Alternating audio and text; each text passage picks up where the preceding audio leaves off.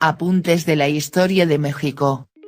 Ni los muertos pueden descansar en paz en un país oprimido. Fidel Castro. La Virgen es la redención y consuelo de los indios. La llamada historia oficial ha sido maniquea, debido a que ensalza a unos, y anatemiza a otros protagonistas clave de la historia mexicana.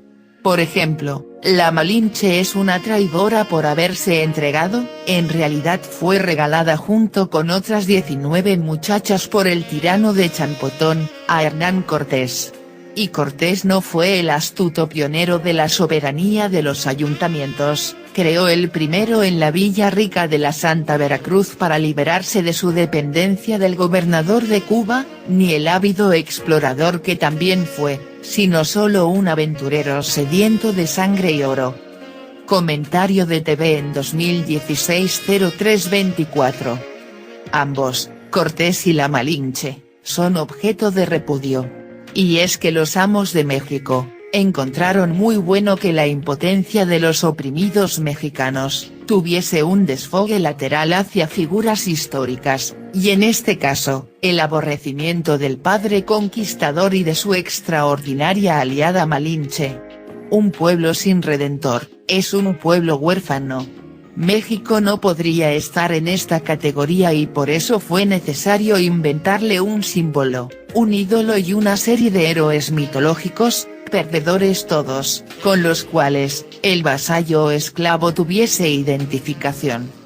Sin matices, la disyuntiva entre lo blanco y lo negro hizo que el nacionalismo del Priato denostara al general Porfirio Díaz, dictador, afrancesado, represor, pero lo honrara como coronel, por su papel heroico en la guerra contra la intervención francesa en la Carbonera.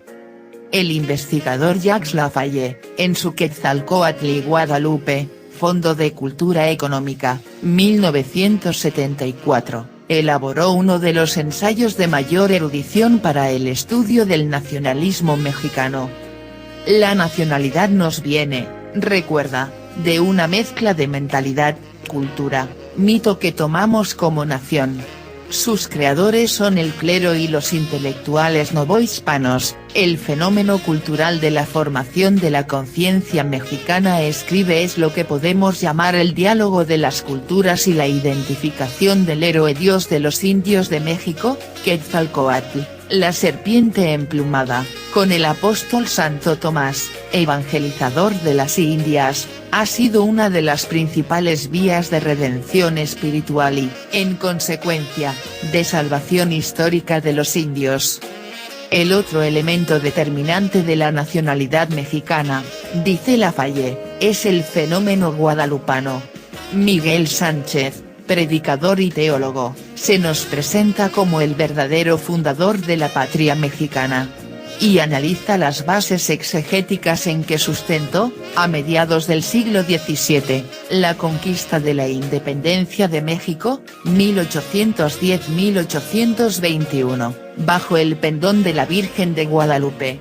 A partir del día en que los mexicanos aparecieron a sus propios ojos como un pueblo elegido, estuvieron potencialmente emancipados de la tutela española. En 1648 se publicó la primera historia de las apariciones. Fue escrita por el sacerdote Miguel Sánchez con el título Imagen de la Virgen María Madre de Dios de Guadalupe, milagrosamente aparecida en la Ciudad de México, celebrada en su historia por la profecía del capítulo 12 del Apocalipsis. A la vez que dio a conocer la versión de las apariciones, presumiblemente basado en los exvotos que ya para entonces había en el santuario y en su amistad con el vicario de la ermita, Luis Laso de la Vega, hizo lo que se conoce como exégesis alegórica y simbólica de la Virgen de Guadalupe, de tal forma que propone al de México como el pueblo escogido por Dios a través de la Virgen María, en sustitución del pueblo judío que traicionó a Jesucristo. La Virgen de Guadalupe, así, vendría a ser la expresión plástica de la mujer del Apocalipsis. Una gran señal apareció en el cielo, una mujer, vestida de sol, con la luna bajo sus pies, y una corona de 12 estrellas sobre su cabeza.